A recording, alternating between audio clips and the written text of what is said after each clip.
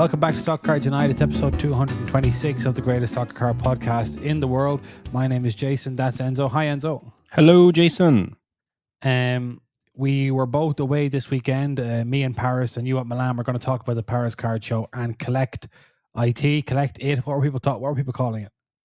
Yeah, I think I was calling the Milan Card Show CollectIT. I think is CollectIT Is what they were calling it. Creative name, but also a bit difficult. Right. So we're going to talk about that. We're going to talk about Topps Chrome, which we haven't talked about on the podcast yet, which is, I don't know how we've let that get away from us. But I want to start off with a listener contribution, let's say. Okay. So this is from our last podcast episode, which was about this time last week. And it's from Benny the Big Man. And Benny says this. Question for the lads after this rant. Comps. I am so tired of people always using comps as the only way to price a card. Obviously, looking at previous sales will help set a price. However, if said player has performed spectacularly throughout the year and all the comps were from me purchasing the cards earlier on in the season or before anyone really started paying attention, do they really matter? At the end of the day, the cards are in my possession and I have the final say. For F's sake, can people chill out, always using comps, especially the guy saying, I'll give you 70%. My go-to has been to counter any ridiculous offer at a penny less of my asking price just to spread the love all on eBay. How do you guys handle situations like this, especially on very low pop cards? Thank you, Benny. That's a good one. Ultimately, he hit the nail on the head saying they're in his possession. He gets to say whatever price he wants, but then ultimately that'll dictate if it sells or not. Probably won't sell in that scenario, or it will, or you hold it until it does. Comps are definitely, they're comparative sales. That's what it kind of means. And people do sometimes kind of almost treat them as legally binding, Jason. Yes. These are the comparative sales. It's like, yeah, well, not anymore. Find one for that price. Especially if it's low, find one for that price. Like we bought a load of gold World Cup prisms that you just don't really see from 2014. And you could comp it and say, hey, you bought that for €200, say. And it's like, well, if it's a PSA 10 and I'm the only person in the world with it, I can put it on my eBay for 1,000 and hope that someday the market gets up there or that there's a super collector that wants it. That's what I value it at. I think it's so rare. I have all these varying contributing factors that make me believe someday it'll sell for that ask price. And you try to do that. You will probably get a load of people messaging you wanting to buy it at a lower price, especially if your comp is on eBay. The best thing you can do, put it at your price, have a best offer and have a minimum offer. And ignore. To be honest, I do ignore a lot of people on eBay. I don't know if it's a bad thing or what, but I would say I'm almost a bad eBay seller in the regard of communication. Right. Good eBay seller in terms of I ship it out, it's all that sort of stuff. But like, there's oftentimes people just message me about a card and it's like, that's my, like, I'm not even going to talk. I don't want to be, and people might hate that, but like, I'm not even texting you back for that card because in some cases I'd put a card up for sale Tuesday and Tuesday evening I'll get a message. Hey, I'm really interested in this. Can you do a lower price? And I'm like, I've literally just posted it and I've got 2 different messages about this card. So the demand is there. And if the card is a low pop or a 101 or whatever, it's like someone just buy it for the price I've put it. Or send me an offer. Don't be saying, hey, is there any room to negotiate on this? Well, that doesn't sound like an offer to me. Like if people send me offers, I do respond. If they're an offer that I'm happy with, I always respond. But like, I'm not in the business of on eBay, in person at a show, totally different. But I'm not in a business on eBay of just texting people. Right. Or Instagram. Yeah. Well, I think if you have it up there passively on eBay, and there's one thing we always talk about is like the offer button is there for a reason. A lot of people send a text message or send a DM on eBay when what they really should be doing is just sending an offer. Yeah. And if you're worried that there'd be like some sort of automatic, like a rule on the listing that there's no automatic rejection or whatever, and so you don't want to send your offer that way because you're worried it's going to get rejected automatically, then your offer's too low in the first place and you know that. Yeah. I think but don't get too worked up about it. No, I think for Benny, it's like if you just have your cards up and people are showing you comps and you're not asking them specifically to buy it, you just kind of, then their comps can go and take a hike. Obviously, if you're desperately trying to sell a card, then it's up to you to match the comps. If you're really trying to get out of it, but if you're in no rush to sell it, then it's not like, as you say, it's not legally binding. It's not like as soon as you get a comp quoted to you, you then have to go, oh, I'm sorry, I didn't realize that was the comp. Let me just, But if I walk up to you and say, will you buy this card? And you show me the comp, then at that point, I have to admit to its relevancy. Yeah, it just comes down to how badly you want to sell the card, I suppose, ultimately. And I Yeah. think a lot of people can't fully handle when someone has cards that they're not desperate to sell. And that's kind of the beauty of the hobby, by the way. That's like the fundamentals. If Yes. you find someone who's like a high end collector or just someone who has money and opens boxes or goes to shows, buys and sells and whatever, and they find their way into a 101 and they decide, you know what, I want 500 quid for that 101, putting it on eBay. If it sells today or in a year, it makes no difference to me. If it never sells, I don't really care. If someone wants to offer me 300 or less, I'd rather keep the card because I kind of like it. Yeah. People kind of, and then there's someone that might want to complete the collection, might want to complete a rainbow, whatever the case may be. That's the beauty of the kind of artificial scarcity model, I suppose. That's the point. But it's like, yeah, I don't know. So there you are, Benny. I hope that was of some. Don't get too worked up about it. To you, don't get too worked up about it. Stay cool, Benny. Stay cool. Okay. Also, Shaker Heights says, thank you for this from a couple of weeks ago. Thank you for the Borussia Dortmund vernissage set preview. I have opened a few boxes. So this is somebody coming back with feedback on BVB vernissage. The cards are printed on 55-point stock, and the card art, at least to my eye, is quite nice. The 5 magnum opus cards are reproduction of the artist Alius Soane's paintings, a cut above the usual team set singles. Interesting to hear. Yeah, we did a really nice promotion for the Champions League final for that. So thank you to everyone that hopped into that one. There was quite a few of you that did. The box would have been free if Dortmund lifted the trophy. So you all loved a punt on that. Fortunately, Real Madrid, come on, Los Blancos. They don't lose finals. They don't lose finals, but neither does Carlo Ancelotti. But it was fun. I was happy that I thought of it very late in the day while I was in Milan. We executed it, and people kind of had a bit of fun with it, and they were kind of, I suppose, watching the Champions League final with a little bit on the line, Jason. So it was a bit of fun. Yeah, very good fun. You mentioned that you were in Milan when this was all going on. Let's move on now to our weekend away, and I'll just show people here. During the 2 card shows, we did a live report on Instagram Live, which was a lot of fun. I forgot my earphones. Huge mistake. This is the kind of on the ground reporting that only the #1 soccer card podcast team can provide. Dead right. That's right.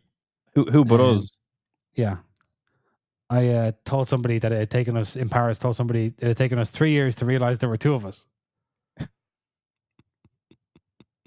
That had never occurred to us before, about 2.5 weeks ago. And that we don't have to be holding hands. Yes, sorry. There's a bit of a delay on the line. I think there's some sort of I'm getting a kind of a delay. So apologies to the listeners if there's a bit of dead air. Anyway, Enzo, do you want to start or will I start? I think you start. I think you've delved into what is the 3rd year of the show. I've experienced the first 2 years, so I'll kind of be able to meet you halfway here on this one. So I think start what was going on in year 3 of Paris. That dead air. Yes. So sorry. Sorry. Did you stop? I was trying to give you enough space to speak there, and then it was just dead air. It was just dead air. Yeah. Because just a little peek behind the curtain for everyone listening, we're doing this over the cloud, and so what'll happen is, Enzo, you'll start speaking, and then it'll drop, and then I have to hope that I wait long enough so that when you drop back in, you're still speaking, and then I can, from context, pick up what you said in the middle. So the listeners are hearing everything, but I'm not hearing everything. So what I'm really hearing here is we need to fix your internet. Huh? What I heard there was, so fix your internet. That should be enough. There's enough context clues there, Jason. Huh? Oh my God. It's never been this bad. No, it's never been this bad. I don't know what the hell's happening. Very good. Well, just tell us about Paris. We can hear you. Okay, let me just go on the Paris card show, and then you can react, and we'll just speak in big, long chunks. Wonderful. What a podcast this is, by the way. So, yes, it was year 3 of the Paris card show. There I was. It was at the same venue as year 2. It had moved from a 5-a-side pitch, kind of set of 5-a-side pitches in year 1 to a nice kind of convention center with loads of different spaces. The space that they were using is underground, in kind of I would say a small exhibition hall, and I went there. They changed the layout from year 2 to year 3. There was more space for sponsors and kind of sponsors and commercial partners all along one wall, which was last year full of vendors, was now Topps, Panini, and DACA, Card Hobby, who else? eBay as well. So there was a more space for sponsors, more space for commercial kind of partners and stuff. And the vendors were, I would say, put into a smaller space than last year.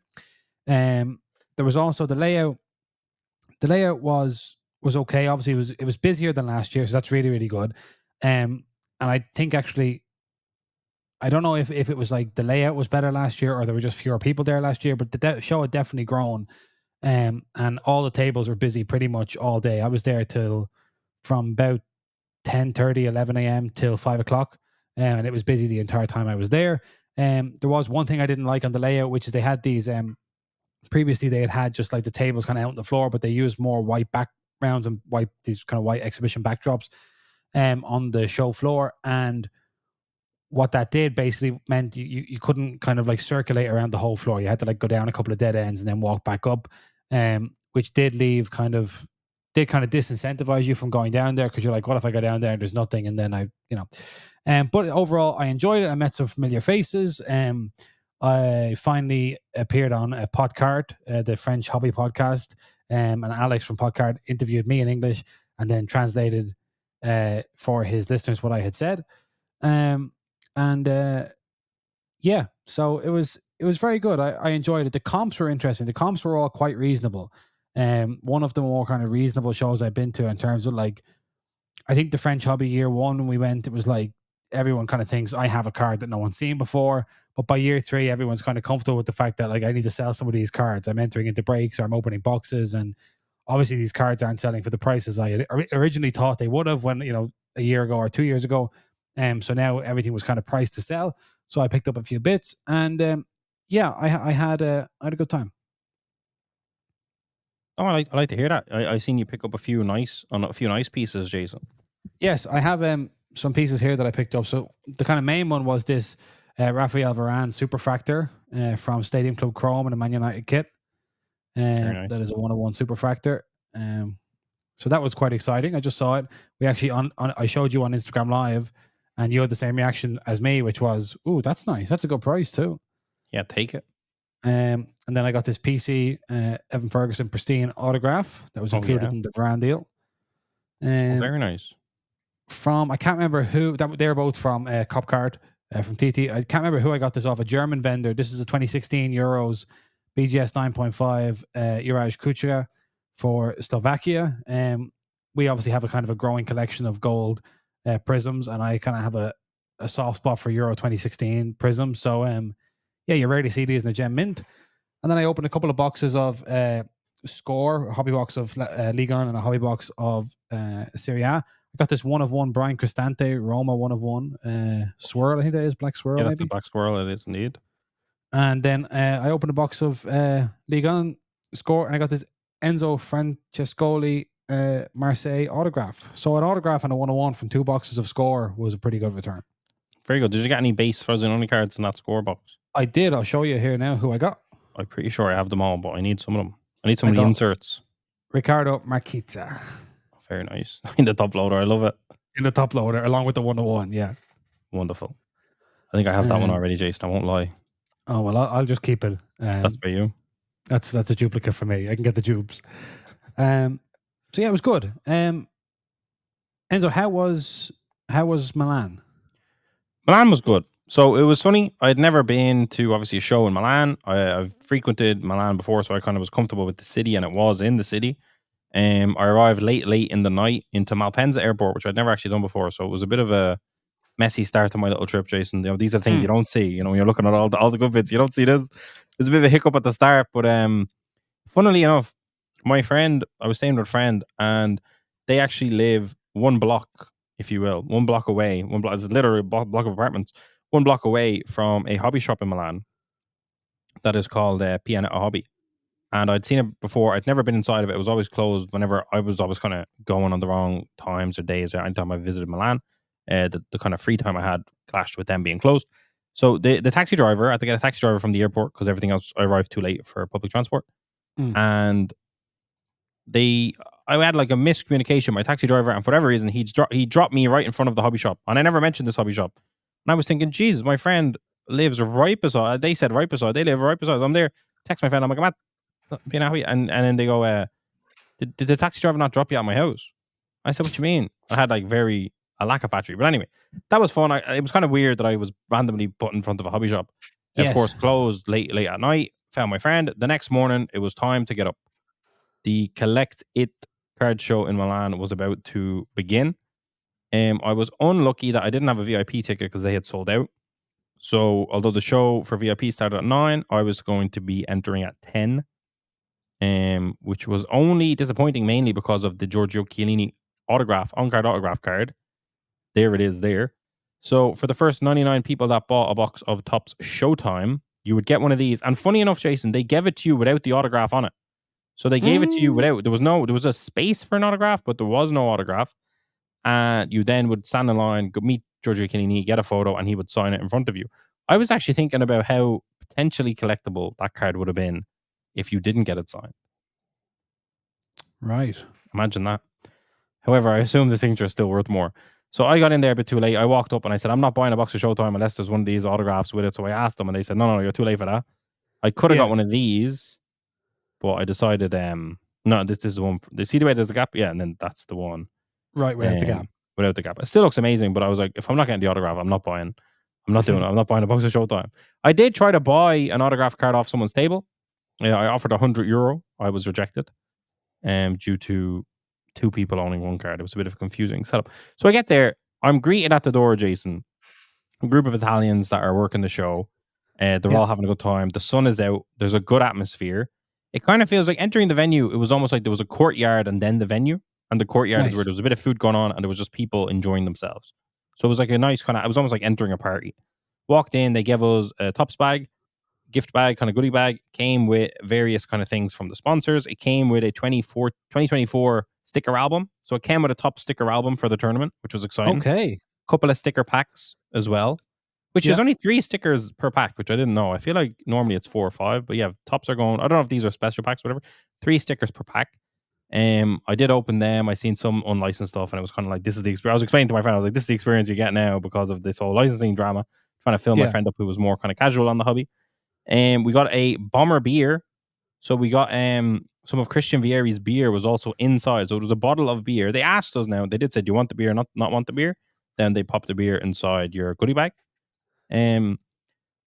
Something we like thought about in Dublin. You know, that was kind of one where it's like, could we do beer? And then we were like, it's kind of like a family event. Like you can't really. But obviously asking, do you want beer? And then popping it in the bag was definitely the way to do it versus handing you a bag that had beer in it. But yeah, it was a nice touch, especially in the sun and in this kind of courtyard area. They definitely missed a trick by not giving us a bottle opener that could have been branded by the show or by whoever's organizing or by a sponsor or whatever. That would have been good. There was no, I hate seeing this Inter Milan, by the way. It was good. Like I had trouble opening it, but I think that's more the fault of myself for not being smart enough to figure out who was opening the bottles. So I walk in, got my bottle, cool, bopping about. I walked into the venue. It was a bit smaller than I thought it was going to be, but like it was well sized for obviously the Italian hobby and where it is and for a first show and all that sort of stuff. But just based on like the images of the venue prior, I was thinking they're really going for a big show here. But then when I arrived, it was a lot smaller, but in a good way. Like it was kind of like, okay, yeah, this is manageable. Okay. This is what it should be in Italy, probably for a first show or whatever. This is kind of reminded me of Paris Year One, probably more advanced than Paris Year One, but like it was that kind of, it's first show. It's exactly kind of what it should have been. Popped in. My first thing was go straight to the top stand to try and get a Giorgio Chiellini autograph. I was too late for that, but Chiellini was still there, so there was a huge line in the middle of the room for people going to meet him. Apparently, he was only signing Topps cards if you walked up with like a base card. It was Topps only. He wasn't signing Panini stuff.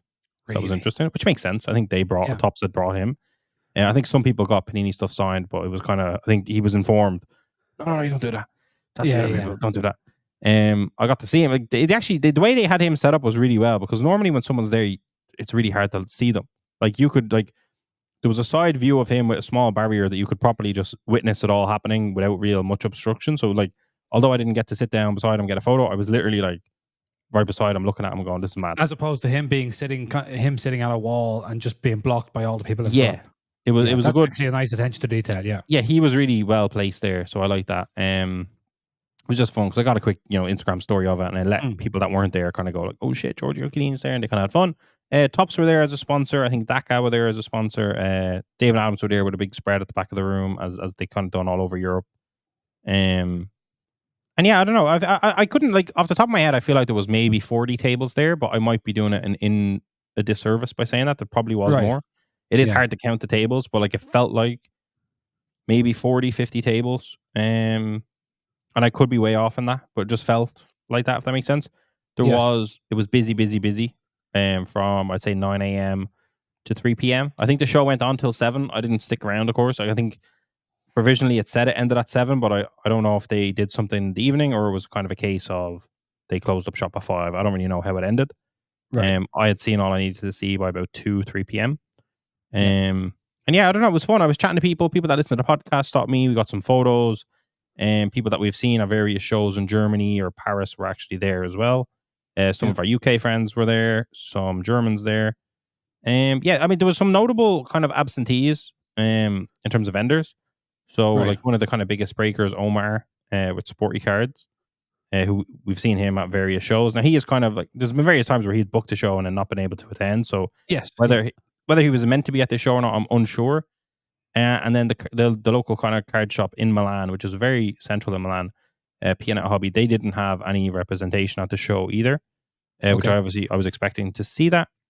I think they attended as attendees, at least some of them did, because I was chatting away. But yeah, it kind of felt like there's not, I don't know, there's only a few big brands in Italy, I think, in the hobby from our point of view, I suppose, big brands that have kind of broken out of Italy, if that makes sense. And I think they all kind of fall into that pattern. So not seeing them all there was a bit disappointing. Whether there's politics there, whether it was just a clash. There was a kind of a long weekend. I think the Sunday was like a national holiday in Italy, Independence Day or whatever, something like that. No, I don't know if it's Independence. I feel like Italy's always been independent, but some national holiday was going on. So yeah, I don't know. It was a good vibe. I popped in, I chatted to people. I didn't spend. It is also a new experience for me, kind of walking the floor versus having a table. So that's I always feel a bit lost, especially when we're at shows, Jason. You know, I normally stick at the table. So when I'm walking around, I almost don't know what to do. I went hunting for Frosinone cards. There wasn't a lot. There was maybe 2 in the room that I found, and I got them. There was no boxes of Serie A score. That was the big miss. That's very interesting, and a big contrast to Paris. Yeah, big miss. I was chatting to, I think, Ivan from Soccer City Cards. The wider hobby, anyone listening to this will know them as the guys that hit the 1-of-1 Messi, Haaland, Ronaldo superfractor. Themselves, they were there. They had a lot of wax. They had a lot of cards. And I asked him, I said, "Hey, do you have any Serie A score?" I was like, I've seen this fella around. I know him. I'm going to buy something off him, buy some wax, rip it. I'll buy wax. I don't have a home, this, that, and the other. So I said, "Do you have Serie A score?" And he looked really sad and he kind of like exhaled. And I was like, it's all right. Like, it's okay. I'll be all right. And then he said, "No, it's just a lot of people asked me for it and I didn't think to bring it." He had a sealed case, didn't want to break the case. He also said, like, the set's been out for over a month. He kind of thought people would be cold on it or whatever. And I was kind of like, oh, like, that's not the vibe. Like, you need that stuff. I think that comes from card show experience. Yes. I don't know if I've ever seen them set up at a show. I'm not sure. Right. But I think that comes from card show experience, because we kind of know when we're doing a Dublin show, we bring Premier League stuff, we bring flagship. Like, you kind of know the blasters, you know what you need to bring. I did ask someone else at the show, because they had some small bits of wax, and I asked them if they had Serie A. They asked them, did they have Frosinone cards? They said no. I said, "Do you have any Serie A score?" And they responded in Italian. Thankfully, my ear was enough to catch it, but my modest level of Italian was enough to understand what he said. I asked him if he had any Serie A score, and his reply was that he is not a news agent. So that was like, Jesus Christ. And it was one of those things. Like, I remember the Edinburgh card show, Jason. Yeah. The last one we went to last June or last summer. We went there and we had SPFL Chrome for both years. Mm-hmm. And it just so happened that nobody else in the room had SPFL Chrome for either year. And we had a wonderful show. Yeah. So much so that we booked Scotland again 1 year in advance. Yes. We said we're back next year. No doubt. We're back next year, which is like coming up now in a few weeks. But yeah, it was one of those things where I think if someone had, because I even checked David Adams, I didn't see it there. So I think if someone had Serie A score, they probably would have had an immense day. I Right. did see a lot of people in terms of singles that had first year Serie A score, but no second year. So it's almost as if they tried it last year, opened it, didn't really get anywhere with it, and refused to go near it this year. Yeah. Which is very possible. Yeah, and I've seen like a lot of, I suppose there was a lot of Italian cards. There were a lot of cool Italian cards there. Obviously, people entering breaks, ripping Italian Serie A Mosaic, stuff like that. Boxes, but again, they were very much priced premium. Yeah. In that market for sure. A lot of prices were high. Like I bought an Evan Ferguson of 99 for 20 quid and then got home, checked the comps, and it was a €5 card. And I was like, Now I should have done that in real time, but I was just trying to be nice and I was just, I'm Irish, I'll buy that, whatever. Yeah. But yeah, I don't know. Like it was an interesting show. Like I wouldn't necessarily, having gone to all the shows we've gone to, like if I was planning next year's calendar, I wouldn't necessarily have it in, to be totally honest. Not in a disrespectful way. I don't want to say it at all. I just think it's similar. Like I think in hindsight, we probably would have skipped Paris year 2. That's what I'm going to say. Right. I mean, having gone to Paris year 1, we probably would have said Yeah. skip year 2, go back year 3. That's kind of how I feel about this one. It's kind of like, it was interesting. I didn't get exactly what I wanted out of it because I thought I'd see a lot more Serie A Frosinone cards, which is very specific. I think a lot of people had them and was also like, I didn't bring them, which makes sense. Like, I'm not going to hate. Yes. Yeah. In terms of positives, Jason, that I picked up on, one really, really positive thing, and this was actually fascinating. Almost shamefully, I would say, this is the first time I've been at a show actively hunting PC cards. Do you know what I mean? Like, so it was I was almost approaching the show differently than I've ever approached any show that I've gone to. Anytime I'm at a show, I have my eye out for Italian cards. I have my eye out for AC Milan cards, but it's very casual. I'd say similar enough maybe to you with Atletico Madrid or Ireland. Like, you're not necessarily doing it, but like with Frosinone, I have a little spreadsheet, I have a little matrix, and I was like, I know what I need. Let me go and try and find it. And by doing that, I realized that like there was some vendors that had little books, like, the little binders. Yes. A lot of them had binders, but there was some that had their binders and each binder was segregated by team. Oh, very nice. And immediately I was like, oh, this is exactly how it should always be. I mean, I remember we were in Germany and we had our little piles where they were all separated by team, and that worked extremely well. When we go to London, we never really separated by team, but ultimately it makes sense. Like I was like only looking for one thing, and if you have it all in one place, I can look at it and go, oh, that's I need that. So that's actually the 2 Frosinone cards I picked up of were from a binder, and they were segregated into Frosinone cards. So if you found one, you found them all, as opposed to having to be like, there's a Frosinone card, and let me look again and see if I can find it. And the show was, while I was there, was so busy that there were some tables I couldn't spend a lot of time at, or I couldn't even get into a certain box. So it's like the card I wanted could have been in there, if you know what I mean. So the proper organization of your collection, it's basically made me think that we might need to buy a few more binders for the SC HQ and start. How easy would it be to go to a show with just a few binders when you want to put your singles out and they're all segregated? So that gave me kind of inspiration in that regard. There wasn't as many figurine stickers as I thought there was going to be. What I kind of imagined, I imagined I could have seen a lot of Serie A vintage vibe. I thought there was going to be a lot of classic Serie A sticker vintage. I'd say there was one table that was like that, maybe 2. Wow.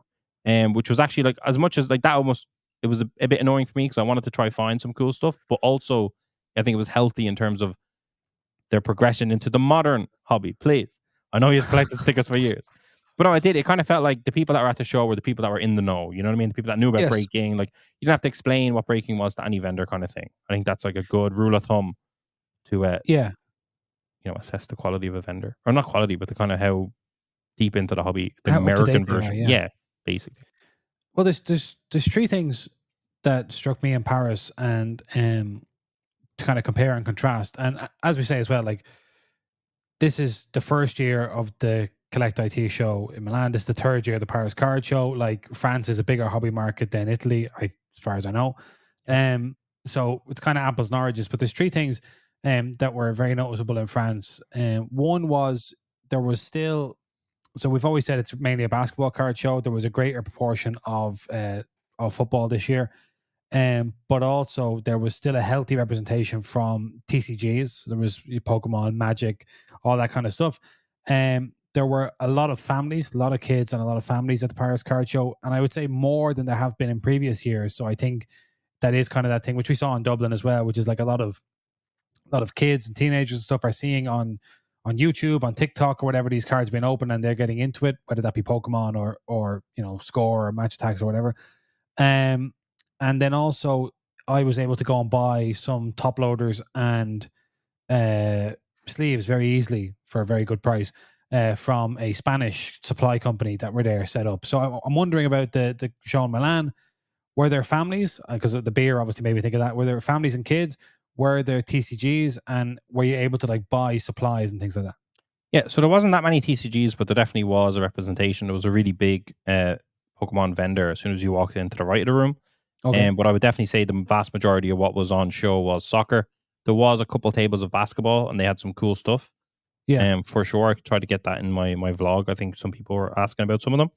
Right. So some cool basketball cards. I've seen some like kind of modern stuff from this year's Prism as well as some kind of older stuff, Dennis Rodman, stuff like that.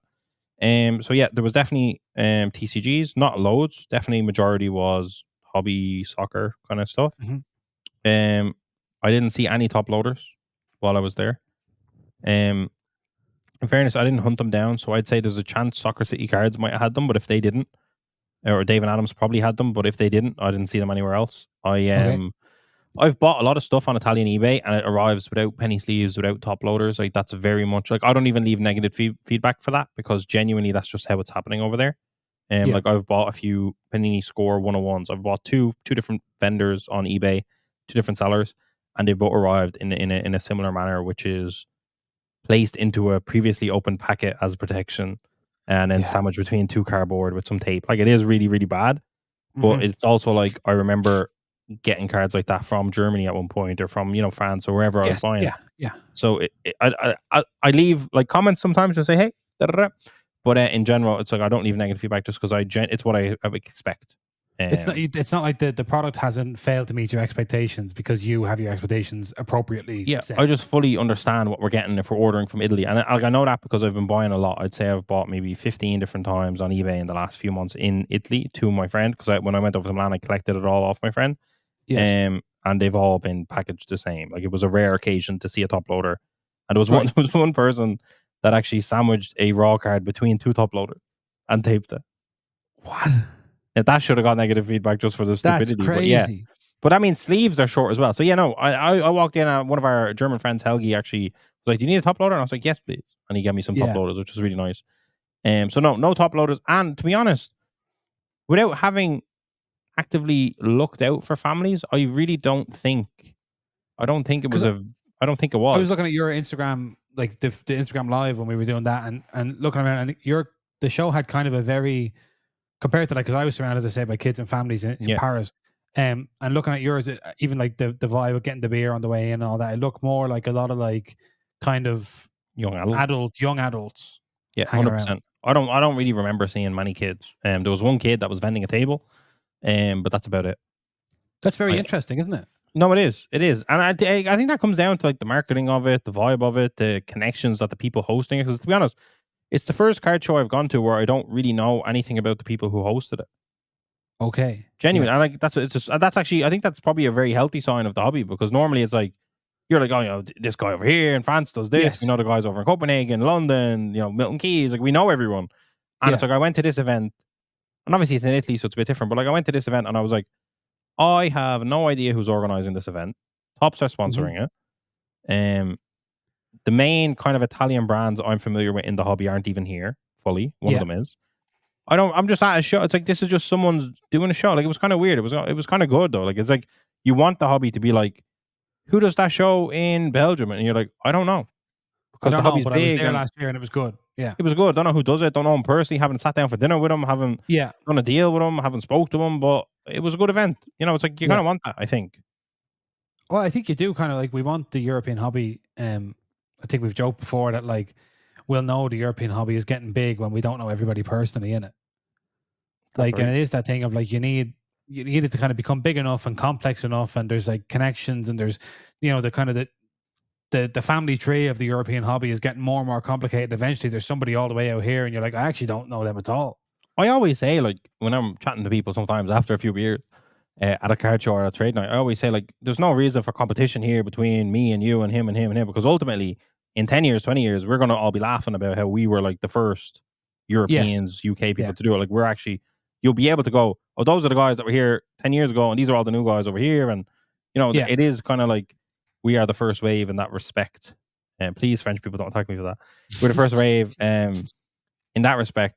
But yeah, I don't know. Yeah, it is. It was interesting to be at a show and not know the people. And now, if I spoke Italian properly, if I spent more time in Italy, I'd probably know them. You know what I mean? Like, I'm sure the Italians know who they are or whatever. Yes. Yeah. But same way we know everyone in France, we know everyone in Denmark, we know everyone in Germany, pretty much. It's like London, UK, whatever. It was good. It was kind of good to not know anyone. It was kind of, I felt like I was there without having to kind of greet the person, the host. Yeah, Or, the it was kind privilege of anonymity. Yeah, it was kind of nice. It was kind of nice. Yeah, that is interesting. So yeah, that was a big weekend then. Yeah, 100%. And shout out to Roberto. As soon as I walked in, I got greeted by Roberto, who we'd met previously. I want to say in maybe Paris Year One, or maybe one of the German shows, maybe Munich. Right. He gave me, I don't have my stuff here, they're actually at home, but he gave me all of the Frosinone base cards, which I actually needed for my collection. And he gave me a stack of Irish cards for you, Jason.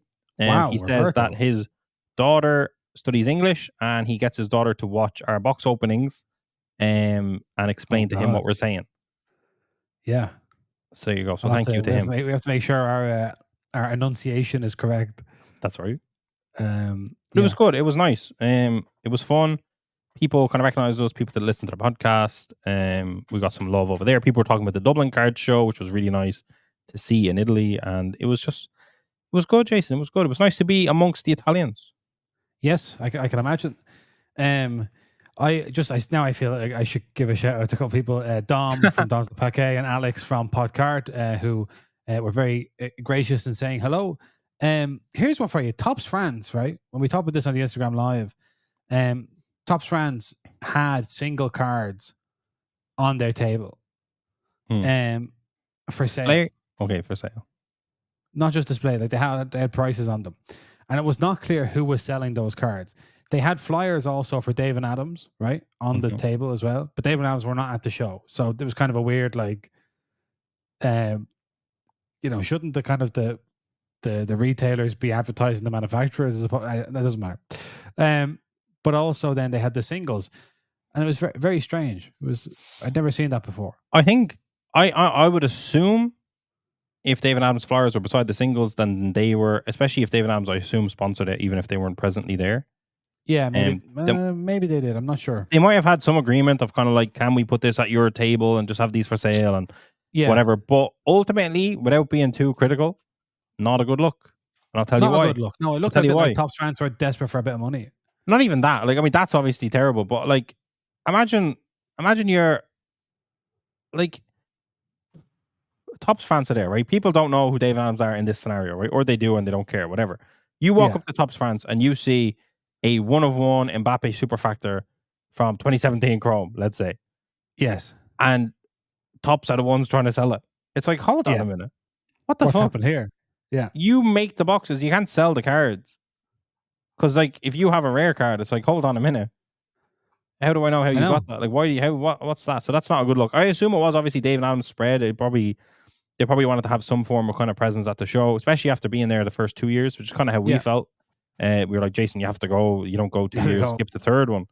But very strange whatever happened there. When you showed me that, I was confused. I feel like I need to physically see it because I feel like, was it beside Tops or was it Tops and whatever? But I trust you. Right no, there. I know, I trust you.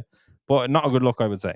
Looks messy. And another interesting thing was there was a grading company, I think who run Cardvention, Gold Standard Grading. That is for sure, yeah. It's not a sponsor. I didn't. No, we don't take sponsors. And they had a thing where if you submitted your card at the Paris Card Show to be graded by them, they would give it back to you in a special commemorative slab. So the front of the slab, the front label would be the same as it always is, but on the back it would say something like, this card was graded at the Paris Card Show, such and such, June 2024. And I was just looking at that and I was like, oh, that's interesting, but then is it weird? I couldn't decide whether it was good or bad. So I'd like to hear people's take on that, or if you have one. I like it. I've seen that once before, in a worse way, I would say, is CGC, that grading company. They graded some VFriend cards. At the back of them, some of them said Gary Vaynerchuk originally owned. Oh. So like Gary himself graded a load of cards and then got that at the back to say this was originally from my collection, and then he was slinging them at the national, and giving them away for free. I'll show you But this here now. Look, I like it. I actually like it. I mean, I don't think it necessarily adds value to a card. Like, if I was selling a card, I wouldn't go, well, the comps are 200, but this was graded at the card show. But as a commemorative piece, I think it's really cool, especially for PC cards. It's nice, isn't it? Like, I think there's no reason not to do it. Like, I like it. I definitely think it's nice. It's a nice touch. I think it's good. Like, I could see PSA copying that. I 100% could. Like, why not? Yeah. It is one of those things where, like, you go, oh, that's a little differentiator. It's just different. Like, it's just nice. It doesn't really mean anything, but it's nice. That's what I would say. Yeah, fair enough. I like it. I'm trying to think, have I got anything else from Paris to relay to you? Like, I really like the Giorgio Chiellini on-card autograph special that they did over doing a show exclusive 101 that kind of had a bit of controversy to it. Yes. I think that was cool. Like, I like, to be honest, this comes from like my like youth and like Pokemon days, where it was like, like the Pokemon Game Boy game. Yeah. People used to, like, I remember in the youth and in my schoolyard, people used to always be like, oh no, you see, to get this Pokemon, you had to go to this event in Japan, and then you walk up, you give them your Game Boy, they do something to it, then this extra level opened and did it, and all this sort of shite. And sometimes that would happen Pokemon cards as well. And I always used to, in my youth, go, why don't I live in Japan? This bullshit. And I was fuming. Yeah. And it's like, for me, that just kind of makes me, that, like, literally that part of my past, makes me love the idea of show exclusive things. So it's like, to get that Giorgio Chiellini on-card autograph, you had to be at the Milan card show on this day and had to be lucky enough to do this to get it. I really, really, really, really like that.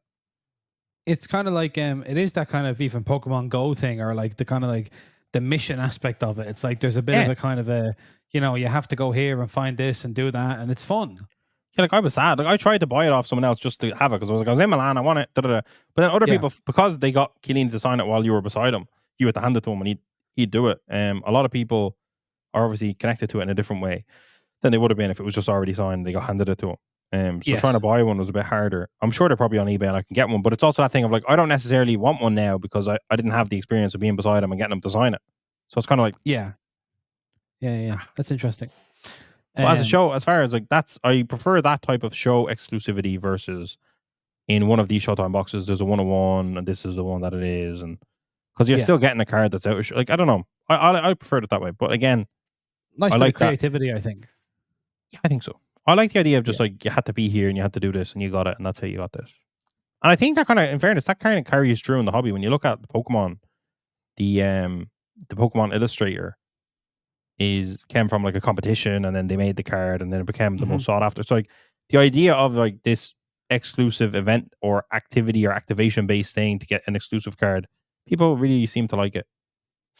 Yeah, like, there was a player, I can't think of who it was, for an old Marseille player who was signing at the Paris card show. He was signing like custom cards. So you could go up and he had all these cards and he was kind of just signing them. He was sitting there signing them, and you could go up, and I don't know how much they were, but it was like, say it was €10 or whatever. And you could get them. I like the idea of the Giorgio Chiellini thing a little bit more, where it's like tied in. You don't have to pay any extra. Did you have to pay any extra? Did you buy them or did you just get them? You had to buy a Showtime box.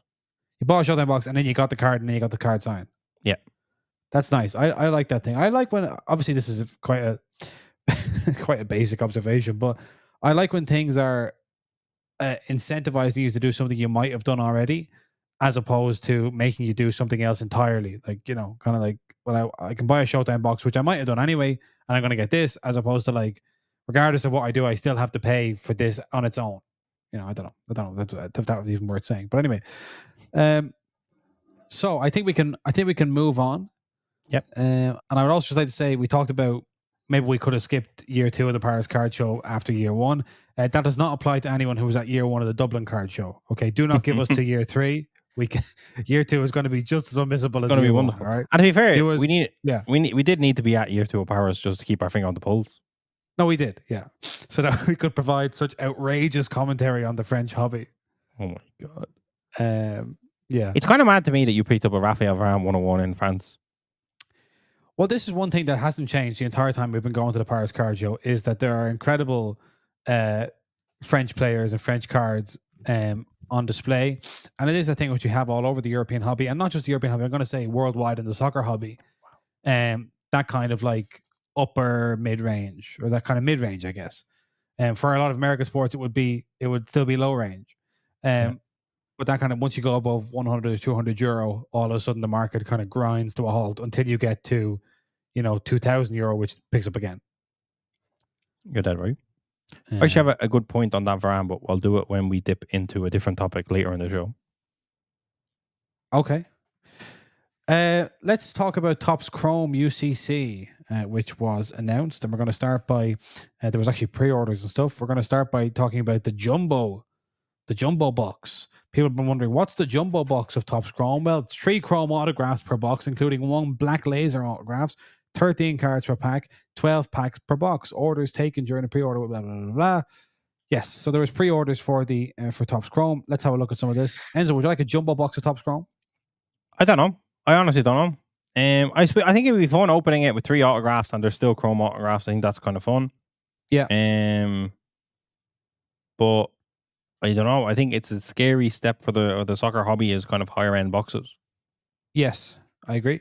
And also you look at a lot of Topps Chrome autographs and their resale value and how they do, and the idea of paying for 3 of them is at once. Yeah, you can get wrecked once, scary. but getting wrecked various times is difficult. Exactly. That's the Chrome design for this year. Similar to the flagship design as per usual.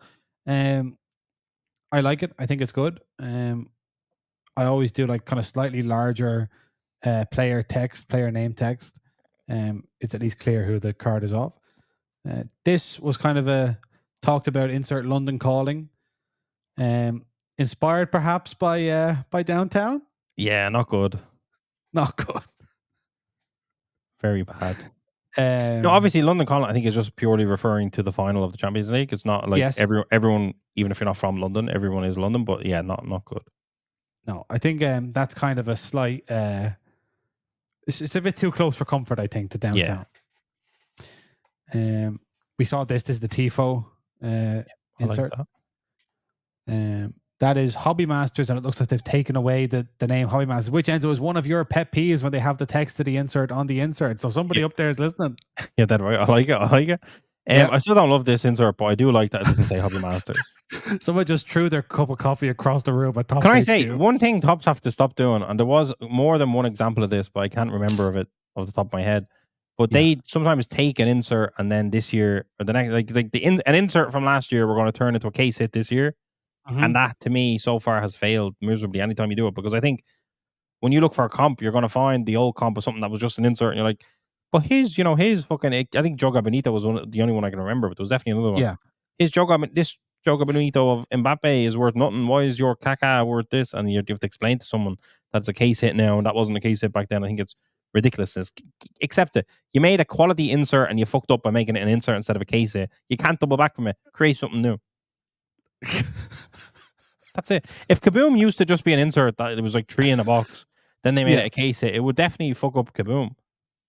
I mean, it just does. Like I'm with you. There's insert all over this. That's how it is. It's not case hit at all. It's tainted. Tainted is right. There's a R9 and Zinedine Zidane dual autograph. Unbelievable. Yeah. And hey, by the way, feel free to stick that JPEG horizontal on the product page. Yeah, please. Let's have a look at the dreaded checklist.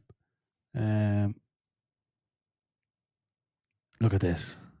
Great to get these checklists with the say what you like about the Topps.com pre-orders, but great to get the checklists published along with them. Yeah, that's true. So we have a 200 base checklist.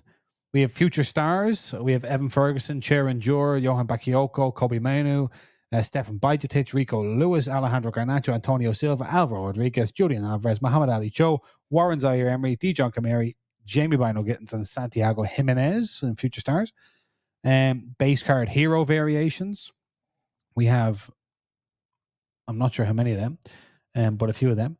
Legendary base card short prints. Legendary base SP, Pirlo, Messi, Rivaldo, Ibrahimovic, Deco, Ronaldinho, Zidane, Totti, CR7, and Ronaldo, R9. Starball debuts. marking the various debuts of players such as Marcel Desailly, Neymar Jr., Messi, Dwight York, etc. London's Calling, which you already spoke on. Don't love that. Wonder Kids, 1998 Topps Chrome Shooting Stars, Golazzo's back, Tifo, Hobby Masters, Topps Chrome White Noise. What is that? I don't know. I don't know what that is. Let me see if I can find that. I don't know, Jason. In baseball, maybe. Topps Chrome White Noise. No, I can't see any such insert elsewhere. So this is a brand new one. UCL Trophy Shadow Etch. 2 more The Grails. Youthquake autographs. A lot of autographs. Future Stars autographs. Jewel autographs. Wolf. Oh yeah. Mukoko Adeyemi, Dortmund. Fine. Champions League finals. Arda Güler and Jude Bellingham. Yeah. Gareth Bale, Luka Modric. In a bottom kit. Oh no. Cafu Totti for Roma. Brian Laudrup and Paul Gascoigne for Rangers. Zlatan for AC Milan and Erling Haaland for Manchester City. I'll allow it, but I hope Zlatan appears in a duel somewhere else. Okay. Daisen Maeda and Reo Hatate for both for Celtic. I'm not sure how many times you can put the Japanese players for Celtic on a dual autograph. I honestly think the Celtic fans are going to look at that and go, unreal. They love it. They don't care. You can do it as many times as you want. Yeah, they don't care. Fine.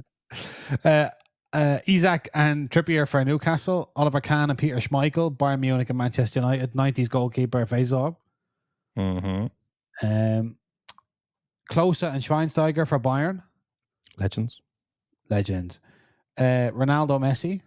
Legends. Beautiful. Yeah, absolute legends, by the way. Kenny Dalglish and Ian Rush for Liverpool. CR7 and Wayne Rooney for Manchester United. Paul Scholes, Roy Keane for Manchester United. Clarence Seedorf and Kaká for AC Milan. Ooh-wee. Barcelona rookie duel of Lamine Yamal and Angel Alarcon. Dwight York and Andy Cole for Manchester United. Now, the United fans, if they have heritage, if they have culture, will enjoy that. I know some of these new breed of Man United fans be going, it should be Garnacho on May now, but get yourself an education, my son. and then Zidane and Ornheim we already saw. There's also triple autographs, Enzo. We know you love triple autographs. I absolutely love them. Jason, I've been distracted. Someone has sent me a little deck. What's going on? I don't want to share on the podcast. I might have to send it to you. But someone has sent me a little deck. Okay. And it appears to be images from Topps Chrome Euro 2024. Oh, my word.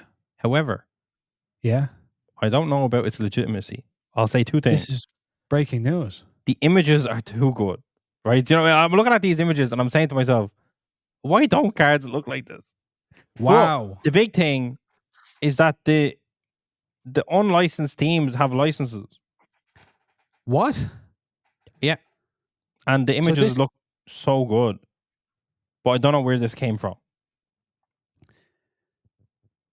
So we had speculated that maybe for the road to the Euros, they were struggling to get the licenses, but if you actually qualified, you had to allow UEFA to use your license. There was also talk that Panini and Topps were trying to work out the licensing things, the holdouts, and now Enzo has been... and Enzo, this is an unofficial source that has sent you this. Unofficial source, not anywhere near Topps or anything like that, so no.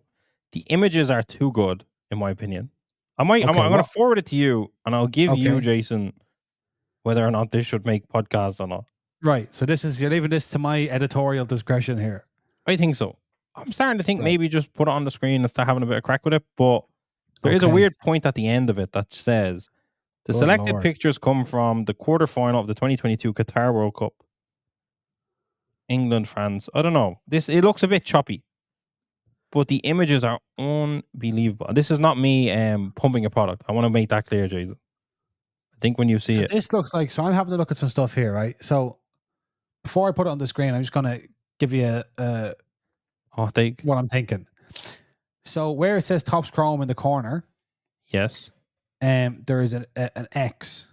That's where right. The O should be in top. So I imagine that is used internally as a designation meaning these are working images. These are not final images. So you think this could actually be from Topps potentially? This may be, and I've just seen the first slide here. Yeah, no, that makes sense. That probably means to me that this has been leaked from some sort of working document, an unfinished, unfinalized design. But I'm looking here and I see what you're saying. And so, because, for instance, right, yeah, okay, first of all, there's an image there from the World Cup in Qatar. Which one is that? The they all are. I mean, they all are, yeah. I think they all are from that, or some of them at least. Some of them are, yeah. Oh, no, because some of them are actually the Euros. That's Italy lifting trophy. Yeah. So these are... Maybe we leave it for Thursday. Maybe we try to reach out to someone in Topps and say, what's this? Let's try and get these verified. Yeah. Yeah, but they look really good. Yeah, I mean, if you go to slide 14, that's not his name. Who? Bearcamp. Oh, yeah, Bugcamp. Yeah. But like, see the way the Zidane... See, this is a weird one because the Zidane is looking away kind of the way they did with Wemby for autographs, which makes sense in a world where it's unlicensed. However, there's a claim here that there's a license. So why would he also be facing the other way? In fairness, as much as I compliment it all, there is like a dual autograph thing that kind of looks like the Messi Ronaldo in finest, and I don't love that. Like a lightning bolts and stuff. Yeah, let's see what this says, right? There's enough wrong here to maybe not talk about it. Yeah. But it did distract me. Yes, I think these are custom card designs. Okay. This could have been really, really old school designs that they did before realizing that they did, if it is from Topps, that they did before realizing they didn't have all the licenses. Yeah. I won't even lie, looking at it makes me really sad because it looks good with licenses. Right. Yeah. But, you know, I think we'll leave it at that. We'll leave it at that. But so people we just say be wary because there are things floating around out there in the ether. That's right. Tune in to the Thursday pod and maybe we'll have some form of clarification. Yes. Right. Then let's just have a look at these triple autographs for Topps Chrome. Beckenbauer, Rummenigge, Sepp Maier for Bayern. BBC for Real Madrid. Then there's two Real Madrids back to back. Roberto Carlos. R9 Zinedine Zidane. Zlatan again on another card without adventure. AC players. Oh my god. Zlatan and Messi and Ronaldo. I like that. Suarez, Messi and Neymar. Unreal. MSN. I don't know how many of them exist because I'm pretty sure there must be a beautiful game autograph of that, but that's just such a good card. That's incredible. That is. Whew. In fairness, any product that has Cristiano, Bale, and Benzema, and then Messi, Suarez, and Neymar, that's a good product. Yeah, as a chase, like, come on. Yeah. Geeks goes. Wait, look at that. Look at this for absolutely disgraceful. Go back up there. Yeah. It's TA, which is triple auto, and they said MNS. Oh, come on. They don't even know. They don't. That's what I'm saying. That's poor. That's poor. That is BRB, poor. they've called it. Yeah, that's poor. Nah. That's come on. You can't. You got to know the way to do it. Because that actually would look cool on the back of the card if it actually said the MSN. Do you know what I mean? That Yes. actually, it matters slightly. Topps autographs MSN. That would look unbelievable. Yeah. Big oversight there. Big oversight. Send it back to the printers. Redo it. Enzo, how do you feel about Leonardo, Boban, and Shevchenko triple auto for AC Milan? That is like just about prior to my time, but I love it. Okay. And then Iniesta, Busquets, Xavi, Wolf. Look at that. TA, Dicky.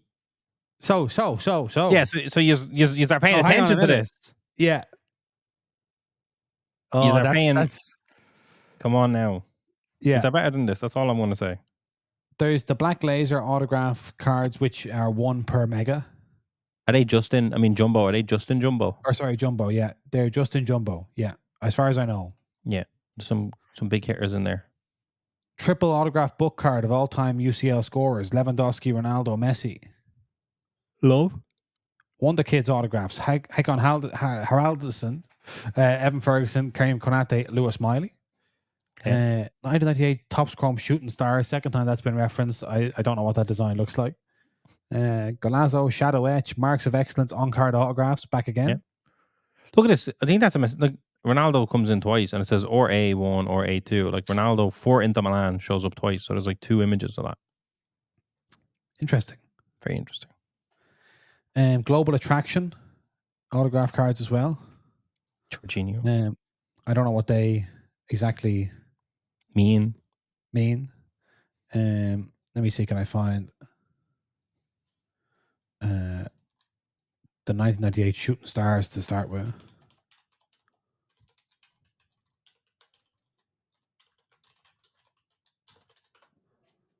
Let's have a look and see. This is Shooting Stars like basketball. Look at that. Oh my. Look at that. So we're expecting that with a load of soccer balls. Yeah. That'll be interesting to see. Topps Chrome and all. Shooting Stars as in star shooters.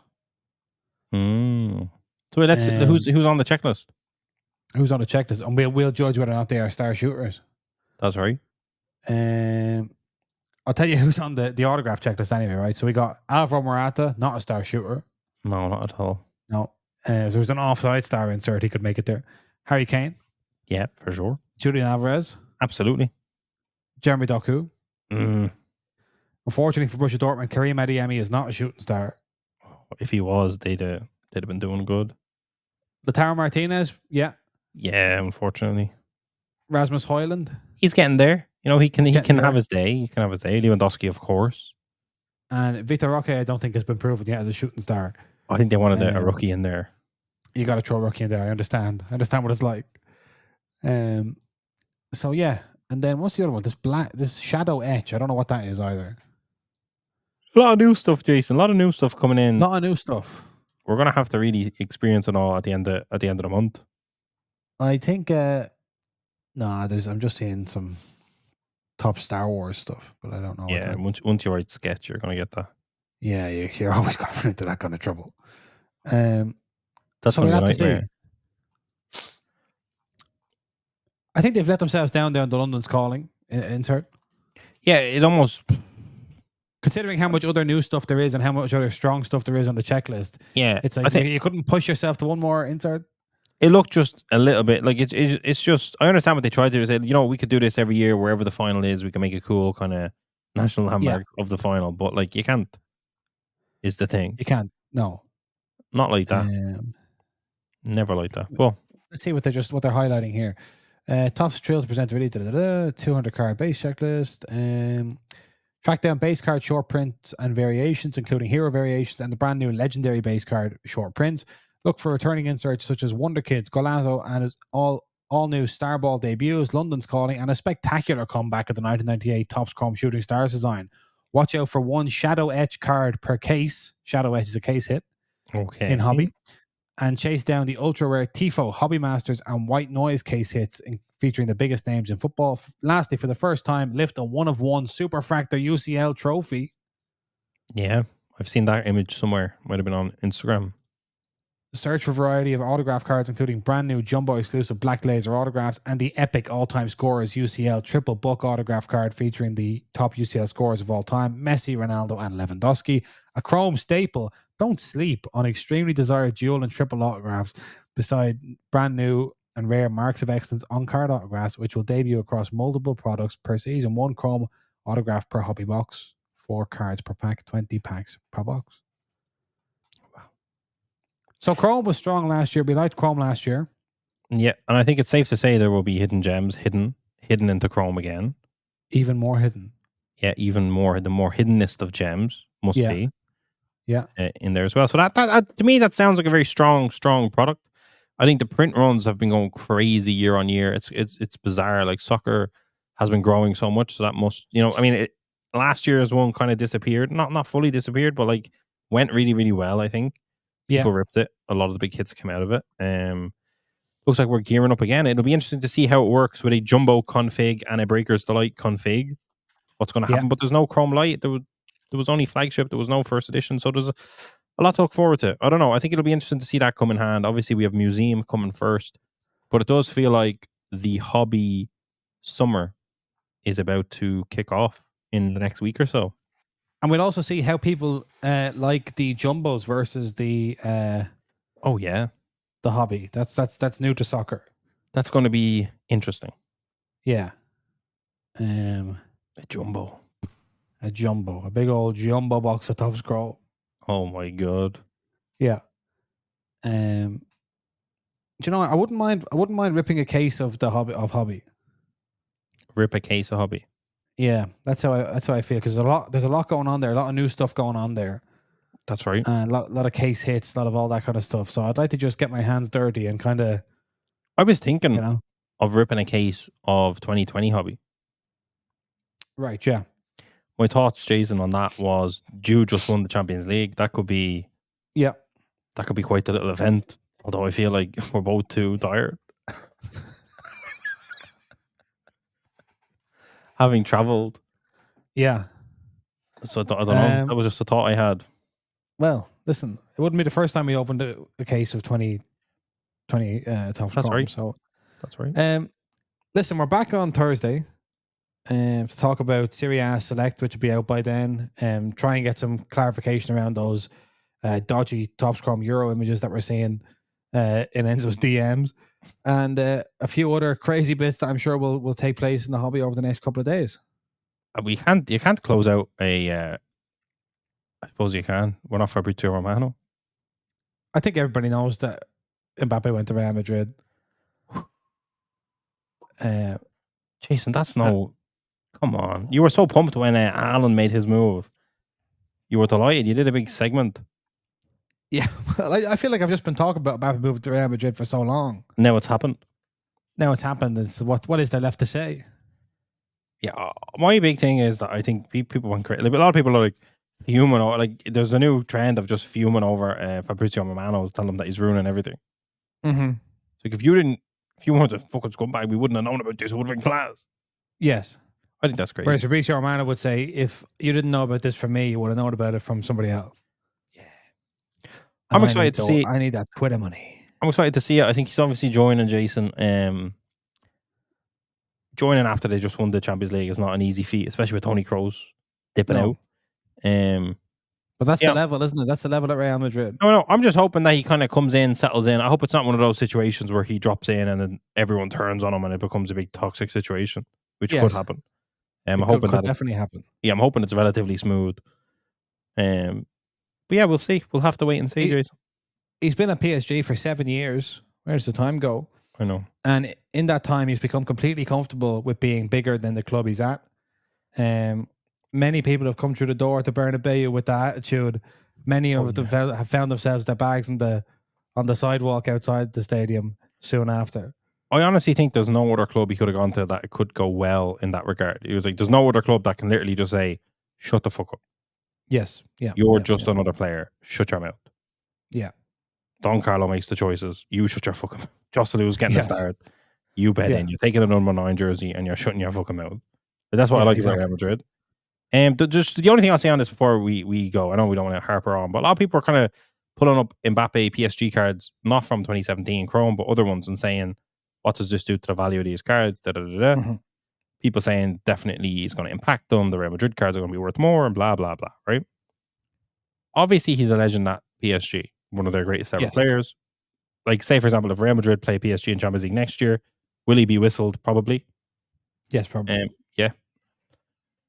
All of that, I say all of that to say, I think that there is a real conversation to be had, and we won't have it today because you look tired, Jason. But when a player has a rookie card in a club kit and also a national team kit, yes, I really think that in soccer there should be a premium on that national team kit for situations like this, and situations like Cole Palmer, who obviously didn't have. I don't think he had an England kit in his rookie season, but if he did, obviously a safer bet, because obviously his Man City rookies are going to be weird if he leaves. And like, if you look at Julian Alvarez, who obviously has rookies for Manchester City, but also has a slew of rookies for Argentina, which one of those have a better chance of kind of lasting in the long run? It's obviously Argentina.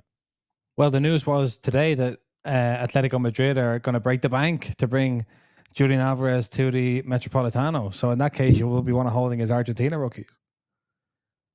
There you go. But you know what I'm So, saying? yeah. Like, I think I that's know what like you're saying. I think you're right. I think like the national team kit should be given some increased precedence because of its evergreen nature. yes, Like, exactly. because we really shouldn't be having this conversation about what happens to Kylian Mbappe's PSG card. It should be just clear. It should be just like, well, who cares? His France cards are going to keep increasing. That's it. Yeah. I think it's something to think about. It's obviously not every player has it, and this, that, and the third, but it is. I'm sure if we looked at Julian Alvarez rookies and compared national to Yoke, there's probably not as big a split. Obviously, he has World Cup Prism rookies, which I'm sure have a decent premium on them. Obviously, Yeah. but it is something because I see it happening time and time again now in the hobby as we're kind of going through it, where there But is this is almost further like complicated by the fact that, say, Tops are going to give you a rookie logo for your UCC Chrome, whatever rookie card, but they're going to give you a national debut for your. But do you think they won't give a rookie card as well, or have they? I don't think they're giving a rookie card if it's your first national team appearance. You're getting a national debut. Your rookie card is reserved for your club career. I believe that's the new policy at Tops. I can't say for sure. But yeah, the evergreen thing is basically what I was trying to plug into. Yes. I definitely think it's something. Obviously, Mbappe has a weird one because he has French stuff, but it's not really the same year or whatever. It gets a bit. Yeah, I also think for soccer specifically, like you end up with like a lot of the collectors in soccer are not fans of the teams or the players they're collecting. So it's like, well, what do you care? You know, True. That's true. But I think long term, you're not a Real Madrid fan or a PSG fan. but there is something kind of much more pure about obviously the national kit. Regardless, even for me, it's like I'm able to appreciate Julian Alvarez in an Argentina kit much more than I can in his Man City kit. Yeah, because there is that kind of that great thing of like, well, he's from Argentina. I don't know what to tell you. Like it's I don't have to. There's no kind of I don't have to make a moral judgment on whether or not I want the Manchester City card. Yeah, or anything of the like. You know, like if it was an Inter Milan player or whatever, I'd much rather an Italian rookie or whatever the case may be. Yeah. You know, and obviously if you're actually from that nation, there's a premium on that as well because obviously Completely. you'd prefer Evan Ferguson in Ireland kit than you would in a Brighton kit without disliking Brighton. Not only would I do. No, that's what I'm saying. Yeah. So as many people at card shows have learned to their great disappointment. Oh, devastating. But no, that's it. I just was something I was just thinking about when I heard that kind of discourse of what's going to happen to these PSG cards and what's going to happen here, and I was just thinking about Cole Palmer as well, and I was just like, when you can, go for that national kit rookie. Go national. I agree. There you go. Strong point to finish us off. You could have a situation, sorry, just to say, where a player becomes a club legend. A player becomes a club legend, whatever. But like, I just think in this day and age of the game, Jason, especially when they're being rookies so young. Yeah. It's just. Are we going to get anyone like, you know, because you look at there are loads of Steven Gerrard club men and all that. They're generally not very collectible. That's right. End of that note, bit of absolute carnage. Yeah, they are. All right. That's us. See you on Thursday. See you, Jason.